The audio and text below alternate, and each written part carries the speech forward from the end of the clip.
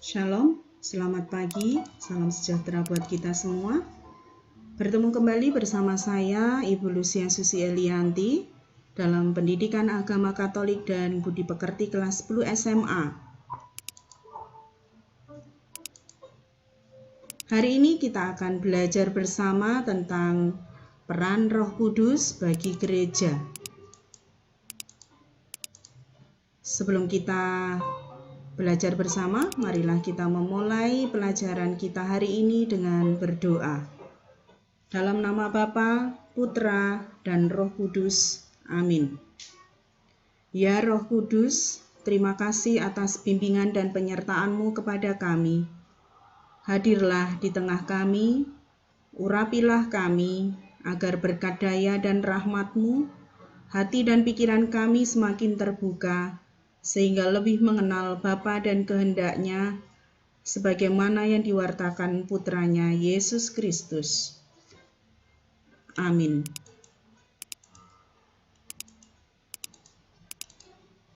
Tujuan dari pembelajaran hari ini adalah menghayati Roh Kudus yang melahirkan, membimbing, dan menghidupkan gereja. Lambang-lambang Roh Kudus itu antara lain air, ya, di mana dalam gereja Katolik air ini digunakan dalam pembaptisan, baik itu pembaptisan dewasa maupun baptisan bayi.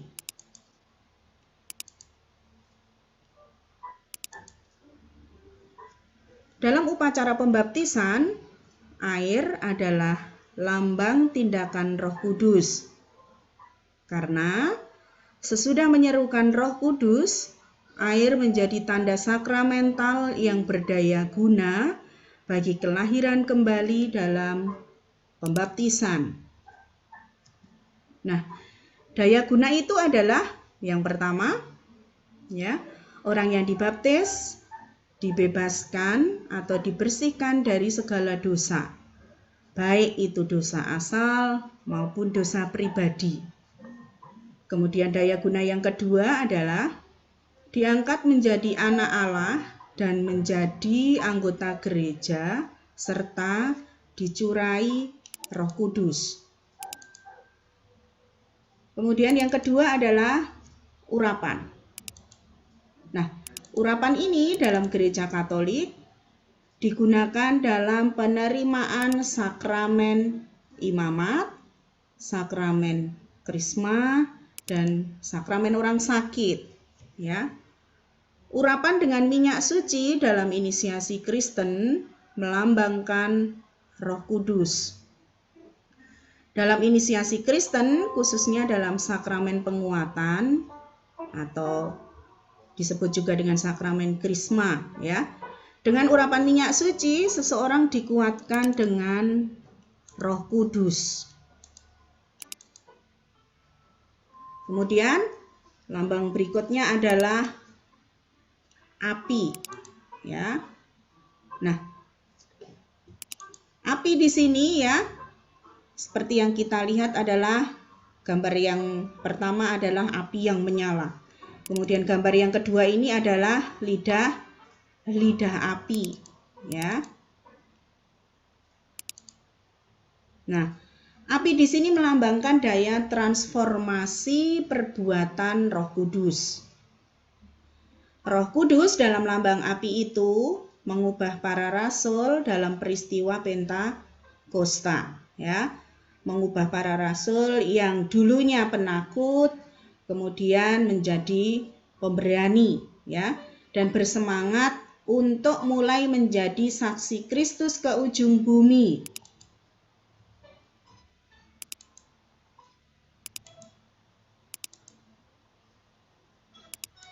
Kemudian lambang berikutnya adalah burung merpati, ya.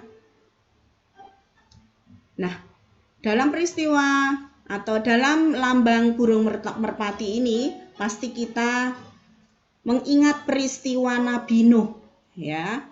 Peristiwa Nabi Nuh. Kemudian kita juga pasti mengingat peristiwa pembaptisan Tuhan. Ya. Nah, Merpati ini mengingatkan kita pada peristiwa Nabi Nuh dan cerita bagaimana Yesus dibaptis di sungai Yordan.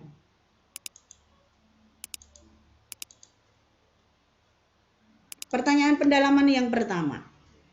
Jelaskan makna lambang Roh Kudus berupa awan dan sinar, kemudian meterai dan tangan. Ya, silahkan kalian membuka buku materi ya, membuka buku materi. Kemudian kita lanjut ke materi berikutnya, yang kedua yaitu peristiwa kehadiran Roh Kudus.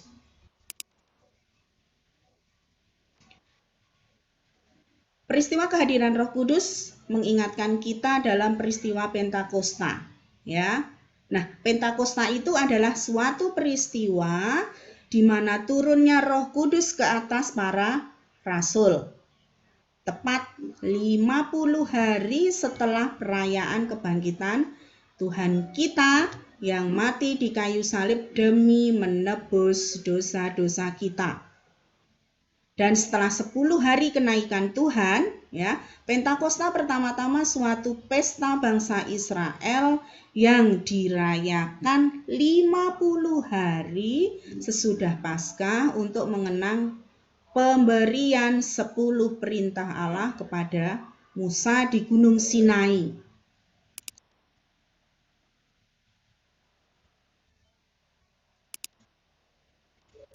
Kemudian yang ketiga adalah Roh Kudus dalam tradisi gereja, ya, di mana Roh Kudus dalam tradisi gereja ini, ya, seperti yang kita ketahui bersama adalah 7 karunia Roh Kudus. Nah, 7 karunia Roh Kudus itu yang pertama ada karunia kebijaksanaan, ya, pengertian, kemudian nasihat, kemudian keperkasaan, pengenalan, takut akan Allah, dan kesalehan, di mana ketujuh karunia Roh Kudus ini ada dalam kitab Yesaya bab 11 ayat 2 sampai 3. Kemudian anak-anak yang terkasih, pertanyaan pendalaman yang kedua. Jelaskan pada peristiwa mana sajakah Roh Kudus hadir di dalam hidupmu. Ya, saya ulangi sekali lagi. Jelaskan pada peristiwa mana sajakah Roh Kudus hadir dalam hidupmu. Ya, silahkan ditulis di buku catatan kalian masing-masing. Ya, tugas yang kedua itu tadi. Kemudian kita lanjut ke materi berikutnya, yaitu tentang peran Roh Kudus. Ya, peran Roh Kudus yang pertama adalah sebagai daya kekuatan ilahi, di mana daya kekuatan ilahi ini adalah menggerakkan, mendorong, dan menguatkan umat beriman. Ya, kemudian peran Roh Kudus yang kedua yaitu menjiwai gereja, ya, di mana peran Roh Kudus menjiwai gereja ini adalah gereja yang satu, kudus dan apostolik. Kemudian peran Roh Kudus yang ketiga adalah mewujudkan komunitas umat beriman, ya, ditawarin rahmat pengampunan dalam peran Roh Kudus yang ketiga ini, ya.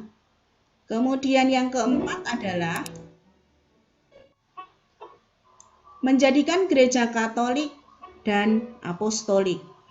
Ya, maksudnya di sini adalah, ya, mewartakan iman dan mewujudkannya dalam karya keselamatan.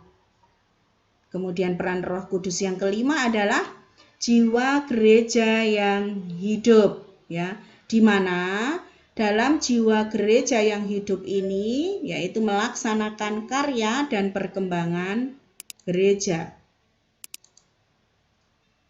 Pertanyaan pendalaman yang ketiga. Ya, ada 2 ya anak-anak yang terkasih. Silakan ditulis di buku catatan kalian ya. Yang pertama, jelaskan apa peran Roh Kudus dalam kehidupan rohanimu. Ya, pertanyaan pertama saya ulangi, jelaskan apa peran Roh Kudus dalam kehidupan rohanimu.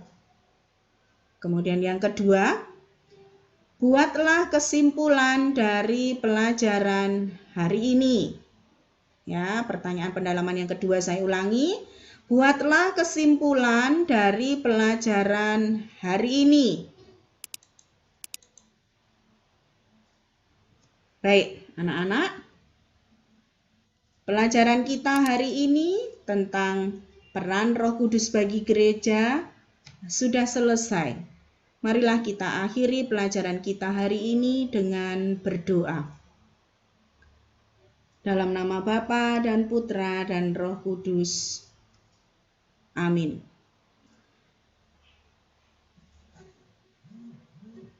Allah, Bapa yang Maha Kudus, kami bersyukur kepadamu karena Roh Kudus yang telah Kau curahkan ke dalam hati kami.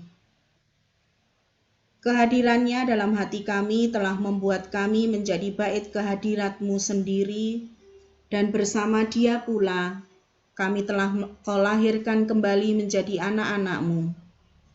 Dialah penghibur dan penolong yang Kau utus dalam nama Kristus. Dialah roh kebenaran yang membimbing kami kepada seluruh kebenaran.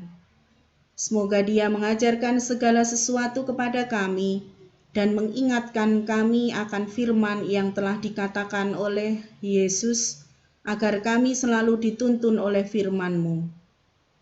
Melalui Roh Kudus-Mu ini, sudilah Engkau membimbing gereja-Mu, para pemimpin dan pembantu-pembantunya, dan berilah mereka kebijaksanaan yang sejati. Semoga karena bimbingannya, kami semua boleh menikmati buah-buah roh, kasih, sukacita, damai sejahtera, kesabaran, kemurahan, kebaikan, kesetiaan, kelemah lembutan, dan penguasaan diri. Melalui Roh Kudus-Mu pula, sudilah Engkau membimbing umat-Mu untuk peka dan setia kepada kehendak-Mu, untuk tetap tabah dalam penderitaan, berani menjadi saksi putra-Mu, berani menjadi pelayan sesama, dan menjadi terang serta garam dunia. Semoga Roh Kudus selalu membimbing kami dengan lembut dan ramah, menuntun kami dengan cermat dan teguh.